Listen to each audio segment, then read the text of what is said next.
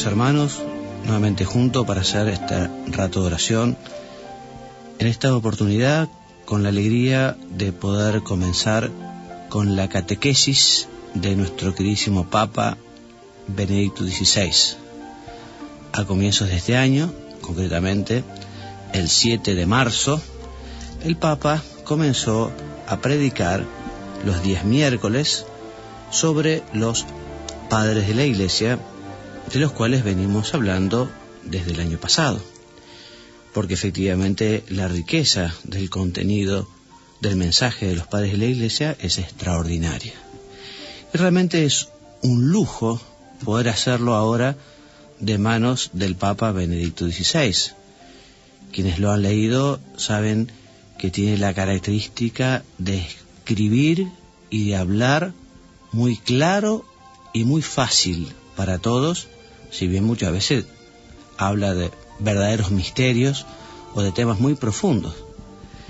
Por eso esta lectura meditada, porque es lo que yo quiero hacer, creo que las palabras del Papa son tan buenas, tan lindas, tan claras, tan importantes, que, en fin, las leeremos pausadamente, meditándolas, y después, lo que nos quede de tiempo, haremos un comentario sobre algunos de los aspectos que comenta el Papa.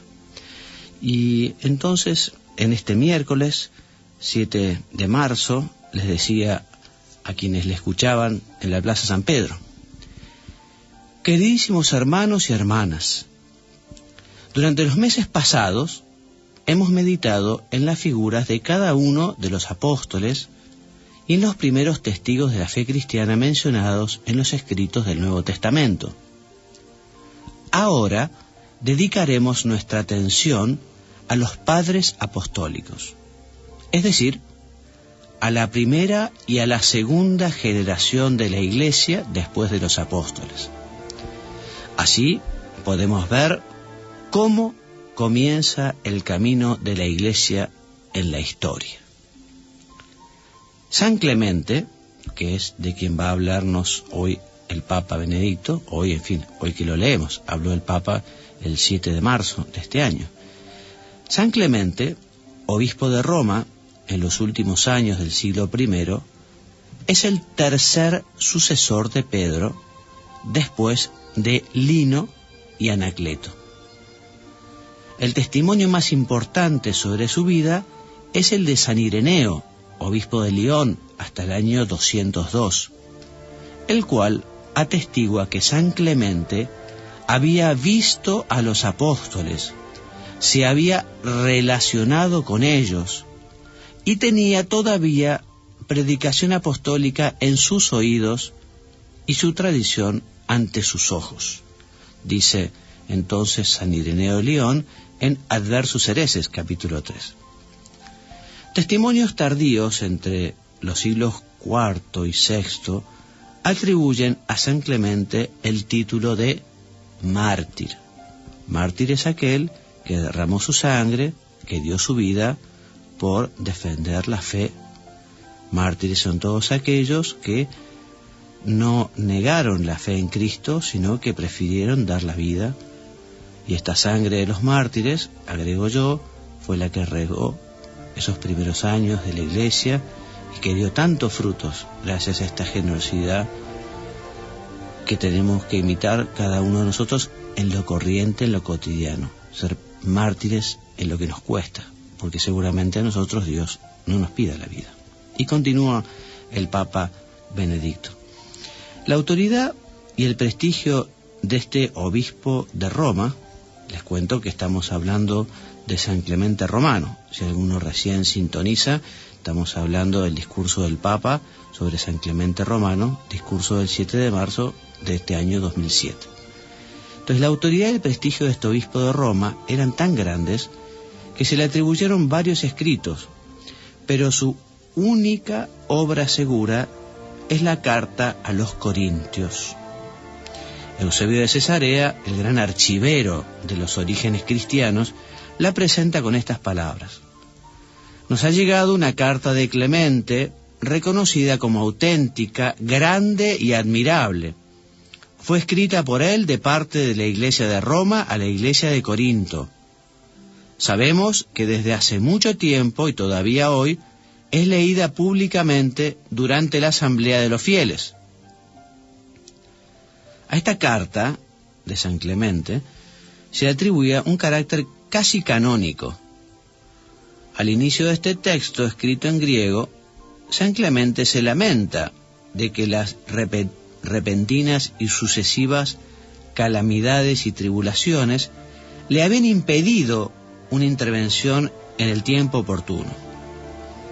Estas adversidades, explica el Papa Benedicto XVI, se identifican con la persecución de Domiciano.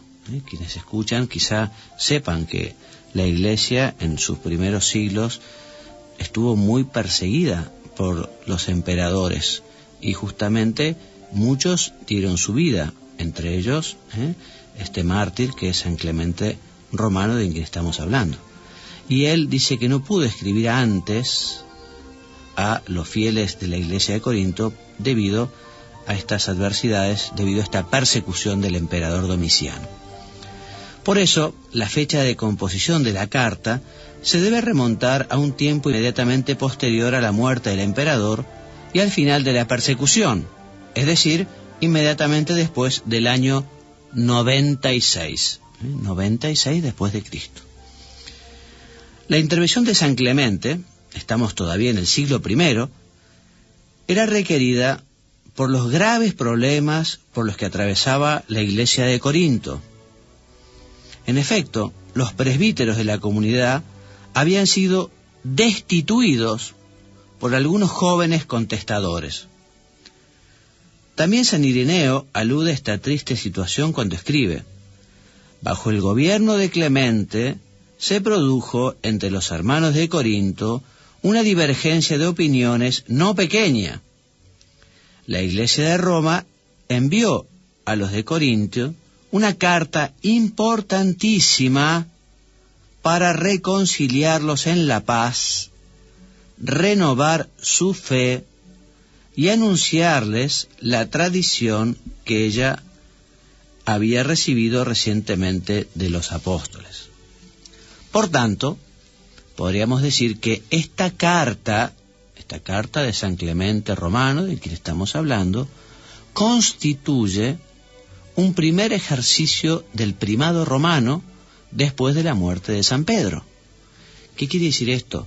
Quiere decir que esta carta es lo que podemos llamar con palabras actuales la primera demostración del magisterio de Pedro, el magisterio del Papa, de las enseñanzas del Papa. Este que es uno de los primeros sucesores de Pedro, entonces quiere enseñar a esta iglesia de Corinto que está padeciendo el flagelo de las peleas entre ellos. Entonces el Papa escribe para conseguir la reconciliación entre ellos y para que se cuide justamente la fe y la obediencia al romano pontífice, en este caso ejerciendo con esta carta, esta petición, esta llamada al orden.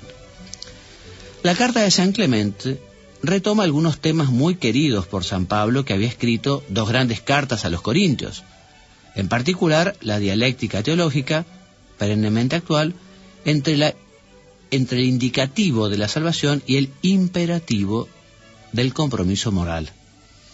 Ante todo, está la buena nueva de la gracia que salva. El Señor nos previene y nos da el perdón, nos da su amor, la gracia de ser cristianos, hermanos y hermanas suyos. Es una buena nueva que llena de alegría nuestra vida y que da seguridad a nuestro actuar. El Señor nos previene siempre con su bondad, y la bondad del Señor es siempre más grande que todos nuestros pecados. Sin embargo, continúa el Papa Benedicto XVI en esta catequesis sobre los padres de la Iglesia, concretamente sobre San Clemente Romano: debemos comprometernos de manera coherente con el don recibido y responder al anuncio de la salvación con un camino generoso y valiente de conversión.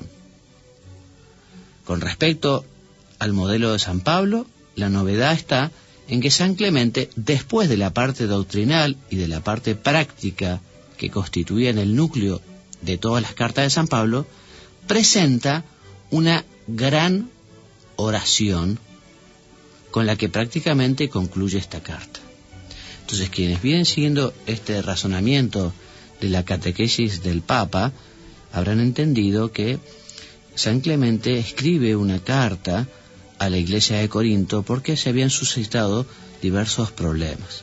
Concretamente, los laicos habían dejado de lado, habían echado a los presbíteros. Entonces, el Papa lo que hace es enviar una carta. El Papa, en ese caso, San Clemente, ¿no? Y el Papa Benedicto nos cuenta que esta carta, de alguna manera, la podemos comparar con las cartas que ya había escrito San Pablo. Recordarán que San Pablo escribe a los cristianos de Corinto, ¿no? Y nos dice el Papa Benedicto, dice que la carta de San Clemente tiene su semejanza a las de San Pablo, pero que tiene una diferencia, que es que el Papa Clemente, al finalizar su carta, concluye con una gran oración, de la cual diremos algo un poquito más adelante. La ocasión inmediata de la carta permite al obispo de Roma explicar con amplitud la identidad de la Iglesia y su misión. Si en Corinto había habido abusos, observa San Clemente, el motivo hay que buscarlo en el debilitamiento de la caridad y de otras virtudes cristianas indispensables. Por eso invita a los fieles a la humildad y al amor fraterno, dos virtudes que constituyen verdaderamente el ser en la Iglesia. Y leemos textual de San Clemente Romano: seamos una porción santa, exhorta, practiquemos todo lo que exige la santidad. En particular, el obispo de Roma recuerda que el mismo Señor estableció dónde y por quienes quiere que se realicen los servicios litúrgicos, a fin de que, haciéndose todo santamente y con su beneplácito, sea acepto a su voluntad. En efecto, al sumo sacerdote le estaban encomendadas funciones litúrgicas propias. Los sacerdotes ordinarios tenían asignado su lugar propio y los levitas tenían encomendados sus propios servicios, mientras que el laico está sometido a los preceptos laicos. Obsérvese que en esta carta, de finales del siglo I, aparece por primera vez en la literatura cristiana el término laicos, que significa, quizá no lo sabían, miembro del laos, es decir, miembro del pueblo de Dios. De este modo, refiriéndose a la liturgia del antiguo Israel, San Clemente manifiesta su ideal de la Iglesia congregada por un solo espíritu de gracia derramado sobre nosotros, que sopla en los diversos miembros del cuerpo de Cristo, en el que todos, unidos sin ninguna separación, son miembros de los unos de los otros. La neta distinción entre los laicos y la jerarquía, o sea, entre los fieles que han recibido el bautismo y aquellos que han sido consagrados mediante el sacramento del orden sagrado, las jerarquías son los que han recibido el orden sagrado. Entonces explica el Papa que, en efecto, la Iglesia no es un lugar de confusión y anarquía, donde uno puede hacer lo que quiera en cada momento. En este organismo, con una estructura articulada, cada uno ejerce su ministerio según la vocación recibida. Los laicos como laicos y los presbíteros, los sacerdotes, los que han recibido la ordenación, el sacramento, según justamente como lo indica la Iglesia que lo recibió de Cristo. Por lo que atañe a los jefes de las comunidades, San Clemente explica claramente la doctrina de la sucesión apostólica, o sea que todos los obispos descienden claramente de los 12 apóstoles elegidos por Jesús, o los 11 apóstoles, si no contamos a Judas, ¿no? Las normas que la regulan derivan, en última instancia, de Dios mismo. El Padre envió a Jesucristo, quien a su vez mandó a los apóstoles, y estos luego mandaron a los primeros jefes de las comunidades y establecieron que a ellos les sucedieran otros hombres dignos. Por tanto, todo procede ordenadamente por voluntad de Dios. Con estas palabras, con estas frases, San Clemente subraya que la Iglesia tiene una estructura sacramental y no una estructura política. Muy interesante, lo vamos a recalcar, sobre todo porque hay muchos que a veces tienen una visión de la Iglesia muy humana, ¿no? Y la Iglesia tiene una estructura sacramental, así querida por Jesucristo, no es una mera institución política. La acción de Dios que sale a nuestro encuentro en la liturgia precede a nuestras decisiones y a nuestras ideas. La Iglesia es sobre todo don de Dios y no creación nuestra. Repetimos y pedimos y rezamos, que es tan importante esto que nos dice el Papa Benedicto. La Iglesia es sobre todo don de Dios y no creación nuestra. Por eso, esta estructura sacramental no solo garantiza el ordenamiento común, sino también la precedencia del don de Dios que todos necesitamos. Por último, la gran oración, recuerden ustedes que a diferencia de las cartas de San Pablo, confiere una dimensión cósmica a las argumentaciones precedentes. San Clemente alaba y da gracias a Dios por su maravillosa providencia de amor que creó el mundo y sigue salvándolo y santificándolo. Particular importancia asume la invocación por los gobernantes. Después de los textos del Nuevo Testamento, constituye la oración más antigua por las instituciones políticas. Así, tras la persecución, los cristianos, aunque sabían que continuarían las persecuciones, no dejaban de rezar por las autoridades que los habían condenado injustamente. ¡Qué ejemplo maravilloso! El motivo es ante todo de carácter cristológico. Se debe orar por los perseguidores, como hizo Jesús en la cruz. Pero esta oración encierra también una enseñanza que orienta a través de los siglos la actitud de los cristianos ante la política y el Estado. Al orar por las autoridades, San Clemente reconoce la legitimidad de las instituciones políticas en el orden establecido por Dios y al mismo tiempo manifiesta la preocupación de que las autoridades sean dóciles a Dios y ejerzan con paz, mansedumbre y piedad el poder que de Dios les ha dado. El César no es todo. Existe otra soberanía, cuyo origen y esencia no son de este mundo, sino de arriba, la de la verdad, que con respecto al Estado tiene derecho a ser escuchada. Y así, y va terminando el Papa Benedicto, la carta de San Clemente afronta numerosos temas de perenne actualidad.